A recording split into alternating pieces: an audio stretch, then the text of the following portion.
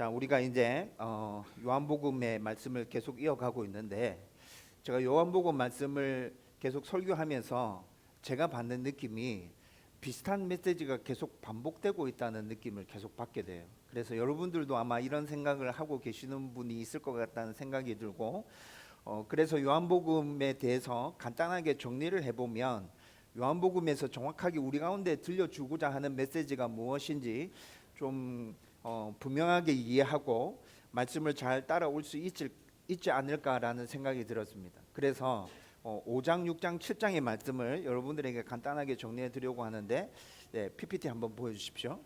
5장에 있는 말씀 여러분들 기억나시는지 모르겠습니다. 5장에 있는 말씀은 베데스다 사건이었죠. 안식일에 베데스다의 병자를 치유하는 사건으로 인해서 사람들이 왜 안식일에 병자를 치유하느냐라는 이의를 제기했었습니다. 그것에 대해서 우리가 중점적으로 살펴봤고, 5장에 있는 말씀은 이 베데스다 사건을 통해서 우리 가운데 어떤 메시지를 전해주고 있냐면, 하나님과 예수님은 하나이시다, 동등한 분이시다 라는 것에 대해서 우리 가운데 얘기해 주고 있었습니다. 5장에 있는 말씀에 보면 예수님이 당신을 향해서 나는 하나님과 하나이다 이렇게 얘기하고 있거든요. 베데스다 그 사건을 통해서 5장에서 예수님과 하나님은 하나이다 라는 말씀을 보여주셨습니다. 그리고 난 다음에 우리가 6장에 넘어왔어요. 6장의 초반부에 나타나는 사건은 오병이어의 기적이었습니다. 오병이어의 기적을 통해서 예수님은 당신이 생명의 떡이심을 우리 가운데 얘기해 주셨습니다. 나는 너희들에게 진정한 생명의 떡이다. 오병이어의 기적을 통해서 이걸 보여주시고 난 다음에 그 다음에 6장의 후반부의 말씀은 참된 믿음에 대해서 계속 얘기해 주고 있는데, 예수님께서 참된 믿음에 대해서 얘기해 주시면서 내 살을 먹고 내 피를 마셔라 이렇게 얘기하고 있어요. 이게 무엇인지에 대해서 제가 여러분들에게 설명해 드렸습니다. 이건 비유적인 설명인데, 내 살을 먹고 내 피를 마셔라 라는 이 의미는 예수님께서 십자가에서 우리 죄를 대신해서 돌아가 주셨잖아요. 그래서 우리가 예수님을 참된 떡으로 믿음으로 받아들이게 되면 예수님께서 십자가에서 죽으실 때 그 죽음이 예수님의 죽음뿐만이 아니라 우리가 같이 연합하여 그 십자가에서 죽은 것이고, 같이 연합하여 예수님 부활하실 때 우리도 같이 살아난 것이 된다 그랬죠. 그래서 이 의미를 담아서 비유적으로 내 살을 먹고 내 피를 마셔라 라고 예수님께서 얘기해 주고 계신 거예요. 참된 믿음은 뭐예요? 참된 믿음은 예수님이 나의 생명의 떡이심을 믿고 그분을 온전히 마음으로 받아들여서 예수님의 십자가 죽으심이 나를 위한 죽으심이었음을 온전히 믿음으로 고백할 때 우리는 하나님의 자녀가 된다는 거예요. 6장의 후반부에 나타나는 메시지는 계속 이거였어요. 그래서 예수님과 온전히 연합해야 된다. 내 살을 먹고 내 피를 마셔야 된다. 그래야 참된 믿음을 가질 수 있다. 이거에 대한 메시지였거든요. 그런데 6장 끝에 어떻게 됐죠? 이 메시지를 듣고 난 다음에 사람들의 반응이 어떻게 나타났어요? 떠나는 사람들이 되게 많았습니다. 예수님의 이 메시지를 사람들이 받아들이지 못하는 거예요. 제대로 이해하지 못하고 있는 거예요. 그래서 예수님은 떠나가는 사람들을 보고 계신 거죠. 그 다음에 예수님 곁에 남은 사람들이 있었습니다. 그리고 난 다음에 우리가 7장으로 넘어왔습니다. 그렇죠? 그런데 여러분, 7장에 넘어와서 남은 사람들이 결국엔 예수님 곁에 남아서 그분의 메시지를 계속 듣고 있으니까 이 사람들은 모두 다 믿는 사람들일 거야 라고 생각하지만 7장에 나타나는 메시지는 그게 아닙니다. 그렇죠? 7장 처음에 우리가 살펴봤던 사람들은 누구였습니까? 예수님의 형제들이었어요. 예수님의 형제들인데 예수님의 형제들조차, 곁에 남은 그 형제들조차 예수님을 온전히 바라보고 있지 못합니다. 여러분, 지금 5장, 6장, 7장의 요한복음의 메시지가 이렇게 쭉 흘러가고 있어요. 요한복음의 지금 6장과 7장에 나타나는 이 메시지는 믿음에 대해서 아주 세부적으로 우리 가운데 말씀해 주고 있는 것입니다. 여러분, 목사님과 선교사님들이 처음 복음을 접하고 처음 믿음을 가지는 사람들에게 요한복음을 읽으라고 추천해 준다 그랬죠. 왜 그래요? 요한복음에는 사건이 나타나고 난 다음에 그 사건에 대한 의미와 해석들이 쭉 나타납니다. 의미와 해석들이 쭉 나타나고 있기 때문에 그 의미들을 잘 이해하면 믿음을 온전히 받아들일 수 있어요. 그래서 요한복음을 읽으라 하는 것이죠. 또 다른 이유는 믿음에 대해서 이렇게 자세하게 설명해 주고 있기 때문에 그렇습니다. 그냥 믿음하면 우리가 추상적으로 생각하는 그 개념과 그 느낌이 아니라 진정한 믿음이 어떤 것인지, 이 믿음이 어떻게 생겨나고 있는 것인지, 사람들은 이 믿음에 대해서 어떻게 반응하고 있는지 자세하게 얘기해 주고 있다고요. 여러분, 이 말씀을 제대로 이해하면 나의 믿음이 어떠한지 우리는 나 자신을 살펴볼 수 있게 됩니다. 여러분, 지금 6장과 7장 말씀을 통해서 저는 진심으로 여러분들에게 부탁드리고 바랍니다. 여러분들의 믿음을 잘 살펴보십시오. 여러분들의 믿음이 지금 어느 수준까지 와 있습니까? 어떤 생각을 가지고 예수님을 믿고 있습니까? 왜 매주 예배드리러 나옵니까? 여러분들의 믿음을 잘 살펴볼 수 있기를 주님의 이름으로 축원드립니다. 좀 전에 말씀드렸던 것처럼 7장 초반부에는 예수님의 형제들에 대한 모습을 보여줬습니다. 여러분, 예수님의 형제들은 예수님과 제일 가까이 있는 사람이죠. 같이 산 사람들이잖아요. 그렇죠? 30년 동안 한 집에서 같이 밥 먹고 같이 생활하면서 예수님의 모습이, 습관이, 그리고 예수님의 평상시 자주 사용하는 말과 언어가 어떤 것인지 늘 지켜보면서 살았던 형제들이었습니다. 그런데 2주 전에 우리가 살펴본 것처럼 그 형제들조차도 예수님이 당신이 메시아이심을 드러낼 때 메시아임을 받아들이지 못하고 있습니다. 여러분, 한번 생각해 보십시오. 성경에는 예수님은 죄가 없으셨다고 말씀하고 있어요. 그렇죠? 어린 시절에 예수님의 짧은 메시지가 딱 나타나고 예수님은 죄가 없으셨다, 완전한 삶을 이 땅에서 살았다고 간단하게 성경이 그냥 우리 가운데 이렇게 이 정도 얘기해 주고 있어요. 예수님의 어린 시절의 모습이 어땠을까요? 형제들과 함께 가정에서 살아가던 그 모습이 어땠을까요? 제가 생각할 때는 합리적인 추론에 그냥 얼마 나타나 있지 않지만 예수님의 어린 시절에 대해서 얘기해 주고 있는 그 성경을 기반으로 해서 합리적으로 추론해 봤을 때 예수님의 삶의 모범이 반듯했고, 가족들이 볼 때에도 뭔가 배울 점이 많았고, 예수님께서 늘 하시는 말 안에는 어릴 때 한 말이었지만 그 안에는 뭔가 풍성한 의미들과 영적인 교훈들이 담겨 있었을 것 같고, 그렇죠? 여러분, 우리가 그런 사람들을 자주 만나고 있습니다. 그런 사람들과 같이 생활하고 있습니다. 그러면 우리는 자연스럽게 어떤 마음이 생겨납니까? 저 사람처럼 한번 살아보면 좋겠는데, 저 사람이 얘기하는 저기 뭔가 의미가 있는 것 같아. 저게 무슨 의미지? 여러분, 이런 거 고민하게 되잖아요. 그렇죠? 그리고 난 다음에 30살이 되어서 예수님이 당신이 메시아라고 얘기하기 시작하십니다. 하나님이라고 얘기하기 시작하십니다. 처음에는 의아할 수 있을 것 같아요. 그렇죠? 늘 삶할때고 같이 살았는데 갑자기 어느 순간에 나타나, 아니 쟤가 뭔가 특별한 게 있었다는 건 알긴 알았는데 쟤 지금 뭐라 하는 거야? 여러분, 이런 생각 들 수도 있겠죠. 그런데 예수님께서 기적과 함께 엄청난 가르침을 행하고 계시지 않습니까? 복음과 하나님의 나라, 그 다음에 예수님의 엄청난 능력을, 하나님만이 보여줄 수 있는 그 능력을 보여주고 있죠. 여러분, 그러면 예수님의 형제라면 어떻게 반응이 나와야 돼요? 어린 시절에 그 모습을 너무 잘 알아요. 그 다음에 예수님께서 선포하시는 메시지가 심상치 않다는 것도 지금 계속 느끼고 있어요. 기적도 봐요. 그러면 예수님의 형제들이라면 당연히 이분이 진짜 메시아구나, 하나님이 보내주신다고 하신 그 메시아가 진짜 이분이 맞구나, 받아들여야지 정상이죠. 그런데 우리가 2주 전에 살펴본 예수님의 형제들의 모습은 그게 아니었다고. 예수님의 형제들도 예수님의 어린 시절 그렇게 오랜 시간 함께 생활했고 예수님의 모습들을 정말 잘 알고 있었던 그 형제들조차도 예수님이 메시아이심을 받아들이지 못하고 있습니다. 왜 그렇습니까? 자기 생각과 자기 기준이 있습니다. 자기 판단이 있습니다. 그래서 뭐라 요구합니까? 당신이 진정 메시아라면 지금 이제 초막절인데 예루살렘에 올라가셔서 당신이 메시아라고 많은 사람들이 모여있는 그 앞에 선포하세요. 그래야 사람들이 당신이 메시아인 줄 알고 따라올 거잖아요. 이렇게 얘기하죠. 근데 예수님은 뭐라 얘기하시죠?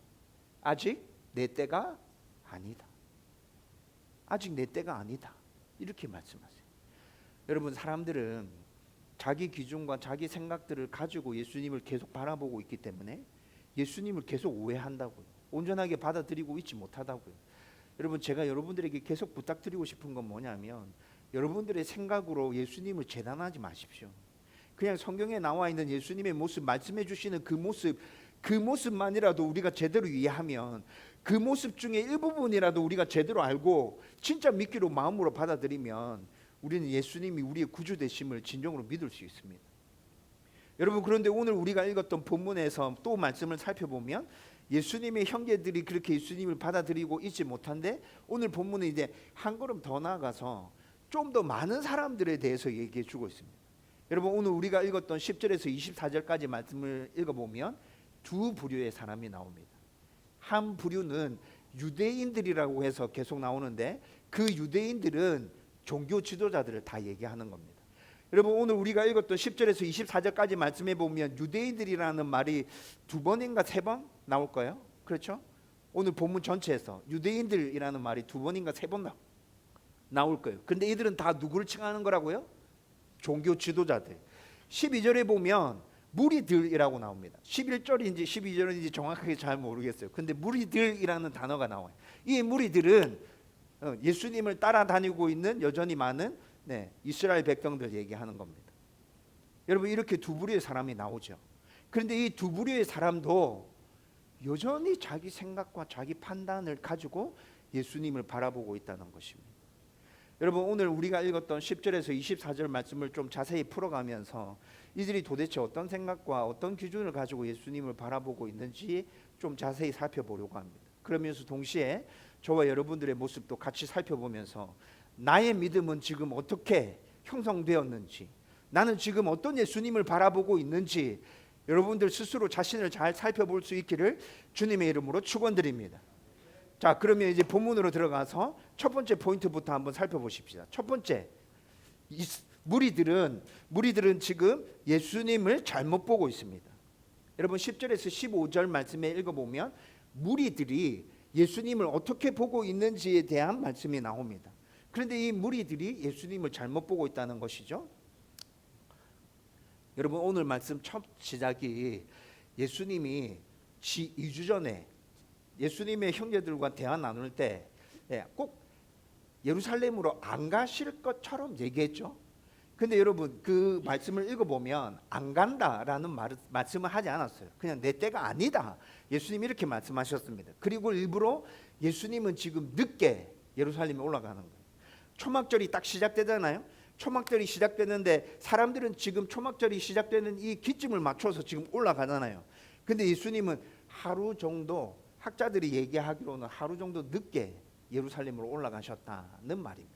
그러면 사람들이 예루살렘에 초막절 지키러 다 올라가고 난 다음에 예루살렘으로 향하는 그 길이 한적한 상태에서 예수님은 지금 올라가고 계시는 거예요. 그렇죠? 그리고 난 다음에 예루살렘에 도착해서 자기를 드러내지 않습니다. 자기를 드러내지 않고 지금 오늘 우리가 읽었던 말씀을 보면 사람들의 반응을 예수님이 살피고 계신 것 같아요. 여러분, 그런데 예수님께서 예루살렘에 도착해서 뭔가 이렇게 넓은 보자기 같은 거 이렇게 덮어 쓰고 난 다음에 이렇게 예루살렘이 지금 다니시는 것 같아요. 제가 본문을 연구하면서 받았던 느낌은 그런 거예요. 그러면서 사람들의 모습을 이렇게 살펴보고 있는데 오늘 우리가 읽었던 본문에 뭐라 얘기하고 있죠? 사람들이 예수님에 대해서 얘기하기 시작합니다. 12절에 보면 수군거림이 굉장히 많았다 얘기합니다. 어떤 사람들은 예수님 참 좋은 사람이야. 어떤 사람들은 예수? 그 사람 사람들 미혹하는 사람이잖아. 막 이렇게 얘기하는 거예요. 여러분, 이때가 초막절이라는 것을 생각해 보면 엄청나게 많은 사람이 지금 예루살렘에 모여져 있는 거죠. 그리고 난 다음에 그 사람들이 예수님에 대해서 이야기하는데 이런 이야기들을 하고 있다고요. 예수님이 이 이야기를 듣습니다. 당신에 대한 평가가 지금 갈리고 있는 거죠. 갈릴 뿐만이 아니라 예수님에 대한 이야기가 엄청나게 많은 이야기들이 떠돌고 있는 거예요. 이렇다 하더라, 저렇다 하더라, 요렇다 하더라, 예수 뭐 이런 사람이다, 저런 사람이다, 막 이렇게 얘기하고 있어요. 여러분, 오늘 우리가 읽은 성경 12절에는 좋은 사람이다, 미혹하는 사람이다, 이렇게 두 가지만 지금 말씀해 주고 있는데 다양한 의견들이, 예수에 대한 다양한 의견들이 예루살렘 안에 이렇게 풍성하게 차고 넘쳤습니다. 근데 여러분, 물어보십시다. 이 사람들의 평가가 맞습니까? 좋은 사람이다 말하는 사람도 있었는데요. 예수님이 좋은 사람이다 말하는 사람도 있었는데요. 이 평가가 맞아요? 예수님 좋은 사람 맞습니다. 그런데 단순히 예수님을 좋은 사람이라고만 평가할 수 없습니다. 그렇죠? 예수님을 미혹하는 사람이다 평가하는 사람들의 평가는 완전히 틀렸습니다. 그렇죠? 여러분 공통점이 뭔지 아세요? 좋은 사람이다 미혹하는 사람이다 말하고 있는데 이 사람들의 공통점이 뭔지 아세요? 예수님에 대해서 제대로 모르면서 자기 생각과 자기 판단을 가지고 얘기하고 있다는 것입니다. 좋은 사람이라 말하는 사람들도 예수님의 메시지를 온전히 받아들여서 좋은 사람이라 얘기하고 있는 것이 아닙니다. 자기 생각과 자기 기준에 따라서 예수님을 그냥 좋은 사람으로 평가했습니다. 그래서 얘기하고 있는 거라고. 여러분 지금 예루살렘에 모여있는 사람들의 반응이 이래요. 예루살렘에 모여있는 엄청나게 많은 사람들의 반응이 이렇다고요. 여러분 그런데 여기서 우리가 이 사람들이 얘기하는 것 중에 한 가지 특징을 또 발견할 수 있습니다. 여러분 이 사람들이 지금 예수님에 대해서 이렇게 얘기하고 있는데 한 가지 나타나는 특징이 있습니다. 드러내놓고 말하지 못합니다. 드러내놓고 말하지 못합니다. 왜 그렇습니까? 유대인들, 여러분 오늘 우리가 읽었던 10절에서 24절에 나타나는 유대인들은 누구를 가리키는 거라고요? 종교 지도자들. 종교 지도자들이 예수님을 죽이려 하고 있습니다. 여러분 7장 1절에서 분명히 이 말씀이 나타났거든요. 7장 1절 제가 읽어드릴게요. 그 후에 예수께서 갈릴리에서 다니시고 유대에서 다니려 아니하심은 유대인들이 죽이려 함이로라. 종교 지도자들이 벌써 예수님을 죽이려는 마음을 지금 품고 있습니다. 그리고 오늘 우리가 읽었던 11절 말씀에 보면 유대인들이 예수님이 왔는지 안 왔는지 지금 찾고 있습니다. 초막절이니까 예수라면 분명히 예루살렘에 왔을 거야. 이놈 왔는지 안 왔는지 찾아서 잡아버릴 거야. 여러분 종교 지도자들이 이렇게 찾고 있다고요. 사람들이 알아요 몰라요? 사람들이 당연히 알죠. 종교 지도자들이 예수님을 안 좋은 마음을 가지고 찾고 있다는 걸 알아요. 그래서 종교 지도자들이 두려웠어요. 13절에 분명히 얘기하고 있죠. 종교 지도자들을 두려워하여서 수군거리면서 얘기합니다. 여러분 참 재밌지 않습니까? 여러분 참 재밌죠? 여러분 진정으로 종교 지도자들이 두려워서 드러내놓고 말하지 못할 형편이라면 어떻게 하는 게 정상일까요? 아예 그에 대해서 말하지 않는 게 정상이죠. 그렇죠? 아예 그에 대해서 말하지 않는 게 정상입니다. 그런데 말합니다. 어떻게 말합니까? 숨어서 수군수군거립니다. 여러분 이것이 사람의 본능이라고. 사람의 본능. 이게 사람들의 특징이에요. 자기 생각과 자기 판단과 자기 주관과 자기의 고집과 내 안에 있는 어떤 것들을 절대 내려놓지 않습니다. 두려워하면서도 내려놓지 않습니다. 그러면서 내 생각으로 어떤 것을 보고 판단합니다.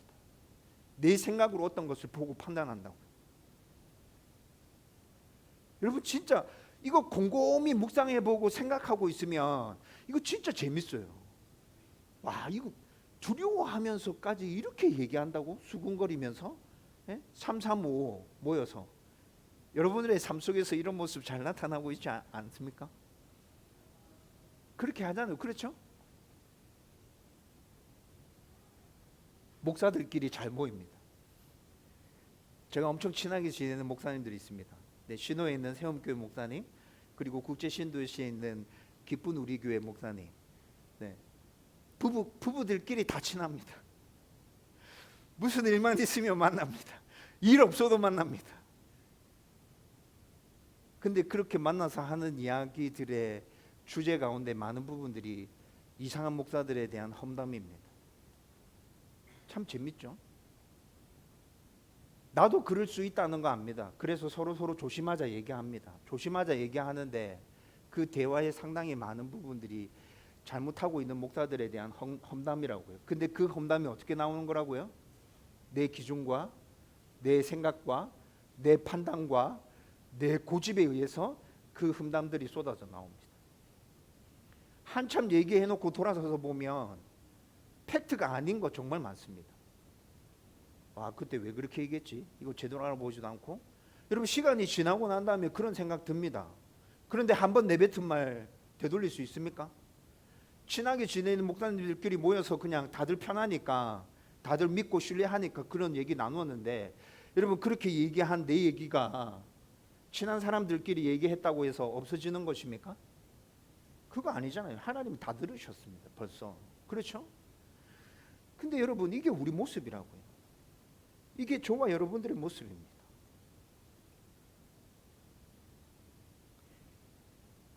예수님께서는 지금 이 모습을 보여주시고 난 다음에 이제 명절 중간쯤 되었습니다. 여러분, 유대인의 3대 절기는 7일 동안 지키는 거예요. 그렇죠? 7일 동안 지키는 건데 오늘 우리가 읽었던 본문에 보면 명절 중간쯤 되어서 이제 성전에 올라가서 가르치기 시작합니다.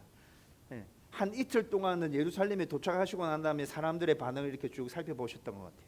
아, 사람들이 이런 얘기하고 있구나 아셨습니다. 그리고 난 다음에는 명절 중간쯤 되어서 3일이나 4일쯤 지나가는 그 찰나에 이제 예수님이 자신을 드러내고 성전에 올라가서 가르치시기 시작합니다. 그런데 그 가르치기 시작할 때 이제 종교 지도자들이 가지고 있는 생각들이 구체적으로 드러납니다. 앞에는 무리들이 가지고 있었던 생각이었습니다. 이제는 종교 지도자들이 가지고 있는 생각이죠. 여러분, 오늘 우리가 읽었던 15절 말씀에 보면 저 사람이 배우지도 못했는데 어떻게 저렇게 글을 알고 술술 가르치는 거지? 여러분, 굉장히 감탄하는 듯한 말로 15절에 지금 유대인들이 그렇게 얘기하고 있습니다. 그런데 여러분, 이 말은 감탄의 의미가 아닙니다. 감탄의 의미가 아니라 여러분, 이 말을 헬라어로 살펴보면 어떤 의미가 담겨져 있냐면 저 사람은 자격도 없는데 왜 가르치고 있는 거지? 여러분, 이것입니다. 여러분, 유대인들의 자녀 교육은 태어나기 전부터 잉태했을 때부터 유대인들의 자녀 교육이 시작되거든요. 그 유대인들의 자녀 교육을 살펴보면 굉장히 체계적이고 어릴 때부터 이렇게 탁탁탁탁 이렇게 갑니다. 그래서 12세나 13세가 되면 보통 성년식을 치르는데 그 성년식이 어떻게 진행되냐면 회당에서 어른들이 모여있는 그 회당에서 부모의 지도를 받으면서 율법을 강론하는 것으로 성년식을 치릅니다. 여러분, 그렇게 율법을 강론하고 나면 12세에서 13세 그때 이제 이 사람은 율법을 지킬 수 있고 자기가 지킨 그 율법에 대해서 책임질 수 있는 나이야.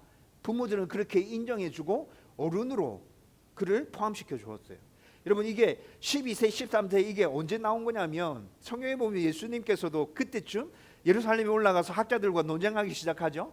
여러분, 그래서 유대인들이 그 기준을 가지고 얘기하고 있는 거라고요. 그런데 그렇게 12세에서 13세 성년식을 치렀어요. 회당에서 가르침을 행했어요. 근데 그렇게 행했던 아이들 중에 굉장히 탁월한 아이가 있겠죠. 잘 가르치고 어른들이 들을 때도 와, 저놈이 이 말씀을 저렇게 해석했어? 우와, 이런 사람들이 있겠죠. 그런 사람들만 뽑아서 랍비 교육을 시킵니다. 랍비는 아무나 되는 게 아니죠. 지금 목사가 되는 것보다 훨씬 더 까다롭고 어려웠다고요. 그런 아이들, 똑똑하고 탁월한 아이들 뽑아서 랍비 교육을 시키는데 그 랍비 교육이 정상적으로 진행되면 15년 정도?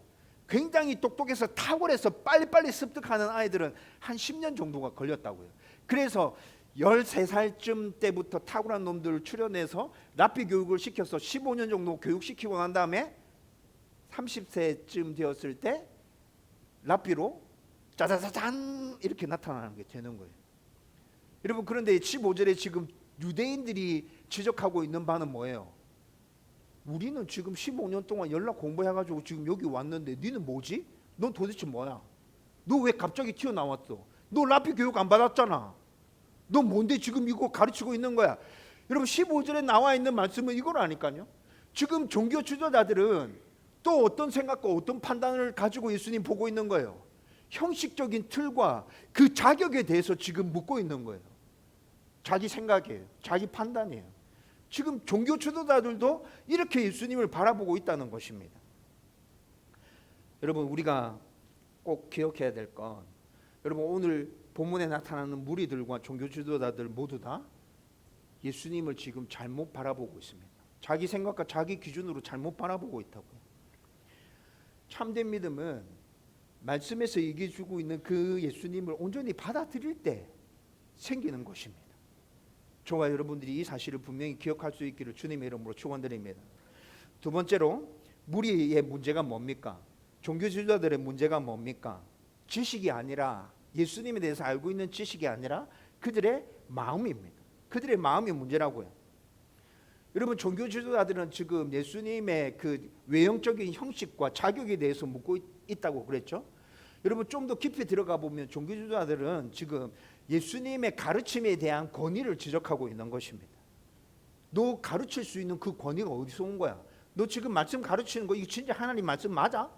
여러분 이런 것들을 지금 밑바탕에 깔고 지금 이런 것들을 얘기하고 있는 것이라고요. 예수님 아셨을까요? 모르셨을까요? 예수님 다 아시죠. 그래서 16절에 예수님 이렇게 얘기하는 겁니다. 내 교훈은 내 것이 아니다. 내 것 아니다. 너희들 지금 가르침의 권위에 대해서 내가 가르치고 있는 거 어디서 나왔느냐 너 지금 그 생각하고 있지. 근데 내가 가르치고 있는 건 내 것이 아니야. 내가 가르치고 있는 이것은 하나님께로부터 온 것이야. 16절에 이렇게 얘기합니다. 하나님께로부터 왔다 안 왔다 이걸 어떻게 알 수 있죠? 16절 뒷부분에 가보면 하나님의 뜻을 행하려고 하면 자연스럽게 알 수 있어 라고 얘기합니다. 여러분 이 말이 무슨 말입니까? 하나님의 뜻을 행하려고 하면 자연스럽게 안다. 예수님에 대해서 너희들이 알고 있는 거 그게 중요한 게 아니야. 여러분 지금 예수님 이거 얘기하고 있는 거예요. 나에 대해서 알고 있는 거 물론 아는 거 필요해. 제대로 아는 거 필요해. 그런데 진짜 믿음은 그 아는 데서 나오는 게 아니라 아는 것을 근거로 해서 마음으로 어떻게 받아들이느냐에 따라서 진정한 믿음이 갈려지는 거야. 예수님 지금 이 얘기하고 계시는 거라고. 사람들은 이렇게 얘기합니다. 많이 배우면 안다. 잘 알면 안다. 깊은 관계를 맺으면 안다. 믿음이 생긴다. 이렇게 얘기하죠. 사람들이 얘기하는 건 전부 다 이런 것들이라고. 근데 이런 게 아예 필요 없는 게 아닙니다. 분명히 제대로 알아야 되죠. 깊은 관계를 맺어야 됩니다. 네, 이런 거 다 필요합니다. 이런 거 다 필요한데 여러분 이런 것보다 조금 더 중요한 것이 있습니다. 뭐가 중요합니까? 마음으로 그를 받아들이냐 받아들이지 않느냐. 순종하려는 마음이 있느냐. 여러분 이것이 진정한 믿음을 가른다고요. 왜 이게 진정한 믿음을 가릅니까? 예수님의 가르침은 그냥 지식을 전달해 주는 가르침이 아닙니다. 여러분 잘 들으십시오. 예수님의 가르침은 첫 번째 우리의 삶을 바꾸는 가르침입니다. 두 번째 예수님의 가르침은 우리의 주인을 바꾸는 가르침입니다.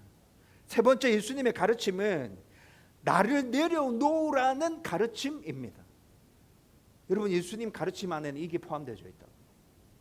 그런데 사람들은 이런 거 느낍니다. 예수님의 선포를 들으면서 복음과 하나님 나라와 여러 가지 말씀의 해석들을 들으면서 이런 것들을 느낀다고요. 아, 내 삶을 바꾸라고 지금 말씀하고 있구나. 내 주인을 바꾸라고 얘기하고 있구나.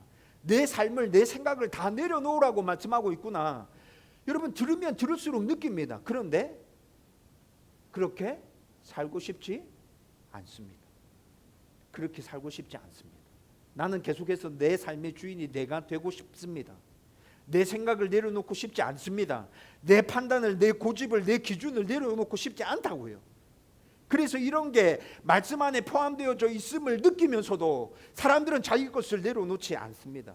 순종하기 싫어서 그냥 자기 고집과 자기 생각대로 살아갑니다. 그러면서 말합니다.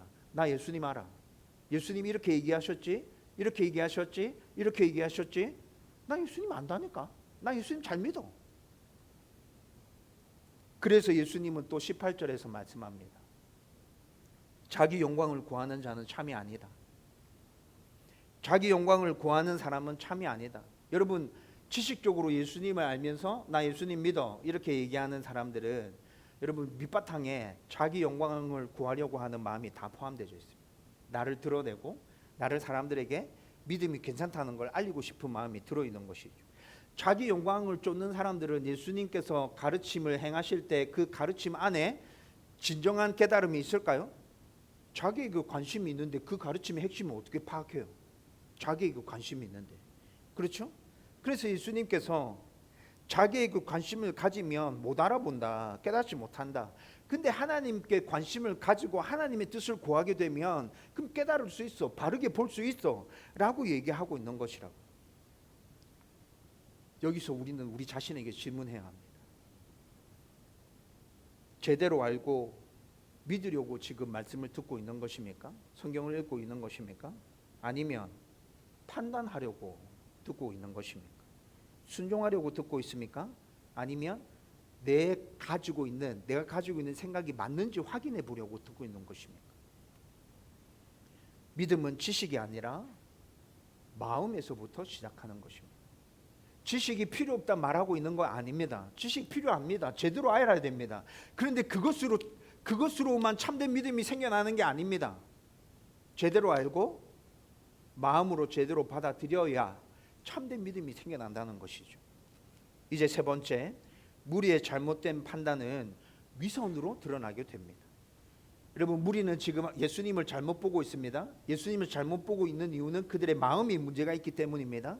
그 마음에서 예수님을 잘못 보고 있기 때문에 그들이 예수님에 대한 그 말씀들과 그 행함들은 위선으로 드러납니다.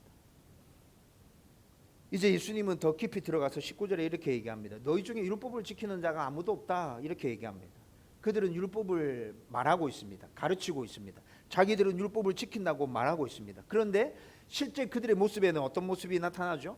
겉으로만 지키는 모습이 계속 나타난다고요. 겉으로. 진짜 마음은 그 안에 담겨져 있지 않습니다. 여러분, 이게 처음에는 속일 수 있습니다. 처음에 속일 수 있죠. 여러분들이 관계에서 생각해 보십시오.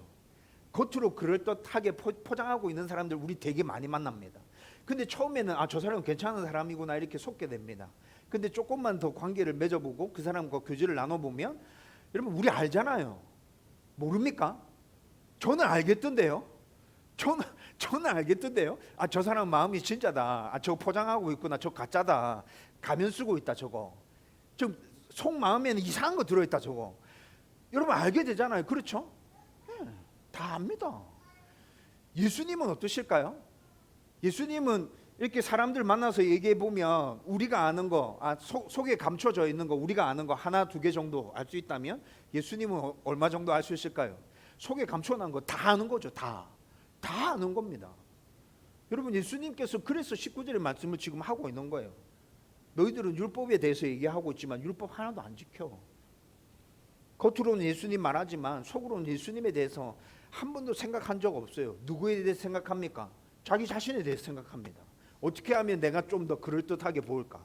어떻게 하면 사람들이 나를 인정해 줄 수 있을까? 여러분, 계속 이런 것만 생각한다고요.